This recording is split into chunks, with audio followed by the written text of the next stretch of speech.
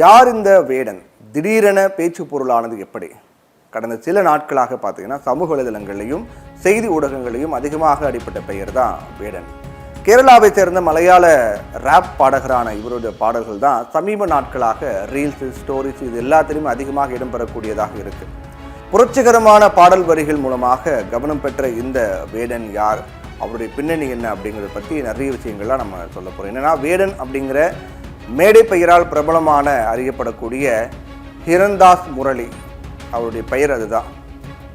கேரளாவில் இருக்கக்கூடிய திருச்சூரில் பிறந்தவர். 2020ஆம் ஆண்டு கொரோனா பரவல் காலகட்டத்தில் வாய்ஸ் ஆஃப் தி வாய்ஸ்லெஸ் அப்படிங்கிற தன்னுடைய முதல் இசை ஆல்பத்தில் யூடியூப்பில் வெளியிட்டு புகழ் பெற்றார் வேடன்.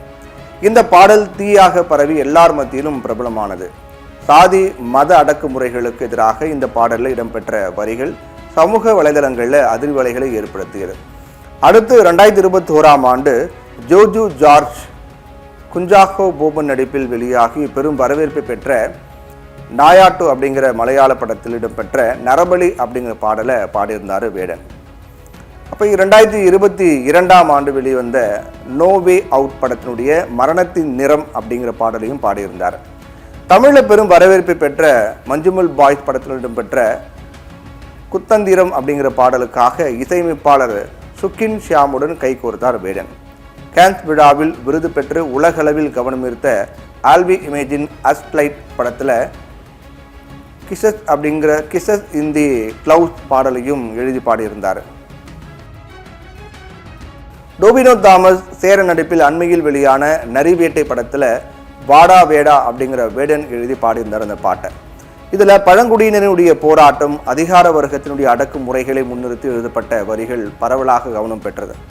இன்னும் நிறைய திரைப்படங்களில் பணிபுரிந்து வரக்கூடிய வேடன் இன்னொரு பக்கம் அதே சுயாதீன இசை ஆல்பங்களையும் கவனம் செலுத்தி வராரு. இப்படி குறுகிய காலத்திலேயே பிரபலமான வேடனுடைய வாழ்க்கையில் சர்ச்சைகளும் இல்லாமல் இல்லை. 2021ஆம் ஆண்டு வேடனுக்கு எதிராக மீட்டு பாலியல் புகார் முன்வைக்கப்பட்டது. தன்னுடைய தவறை ஒப்புக்கொண்ட வேடன் அதற்கு பகிரங்கமாக மன்னிப்பு கேட்டார். அதேபோல் கடந்த ஏப்ரல் மாதம் கஞ்சா வைத்திருந்ததாக சொல்லி வேடனை கொச்சியில் போலீசார் கைது பண்ணாங்க. அதுக்கு பிறகு அவருக்கு ஜாமீன் கொடுக்கப்பட்டு அந்த ஜாமீனில் அவர் வெளியே வந்தார். வெளிவந்த சில மணி நேரத்திலேயே சிறுத்தை புலியினுடைய பல் பொருத்தப்பட்ட செயின் போட்டிருந்தார் அப்படின்னு சொல்லி கேரள வனத்துறை அதிகாரிகளால் கைது செய்யப்பட்டார். அப்புறம் எர்ணாகுளம் பெரும்பாவூர் மேஜிஸ்ட்ரேட் நீதிமன்றம் வேடனுக்கு அந்த குற்றச்சாட்டிலையும் அந்த வழக்கிலும் ஜாமீன் கொடுக்குறாங்க.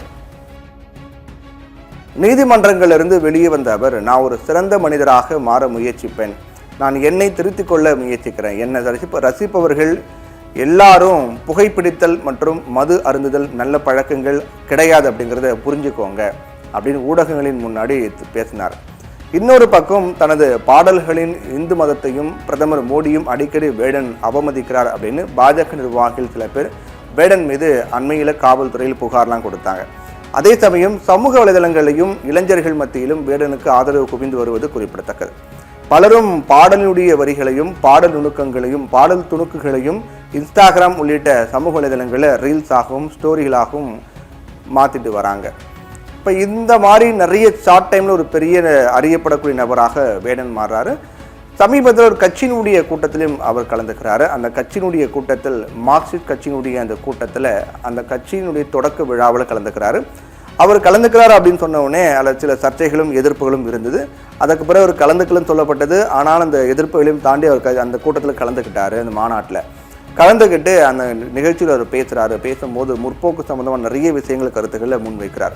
இப்படி பாடகராக ராப் சிங்கர் அப்படிங்கிறத தாண்டியும் நிறைய சர்ச்சைகளும் அவரை சுற்றி கொண்டே இருக்கின்றது. இதற்கு அரசியல் ரீதியாகவும் கூட ஆதரவு எதிர்ப்பு அப்படிங்கிறது வந்து கொண்டே இருக்கிறது. இப்படியாக ஒரு குறுகிய காலத்தில் முற்போக்கு கருத்துக்களை கொண்ட ஒரு பாடல் பாடியதன் மூலமாகவும் அரசியல் ரீதியாக கூட பல விமர்சனங்களையும் பல ஆதரவு எதிர்ப்புகளையும் கொண்ட ஒரு நபராகவும் வேடன் இருக்கார் அப்படிங்கிறதுலாம் இந்த ஷார்ட் டைமில் அவர் பற்றி பேச்சு பொருளாக மாற மிக முக்கியமான காரணமாக இருக்கிறது.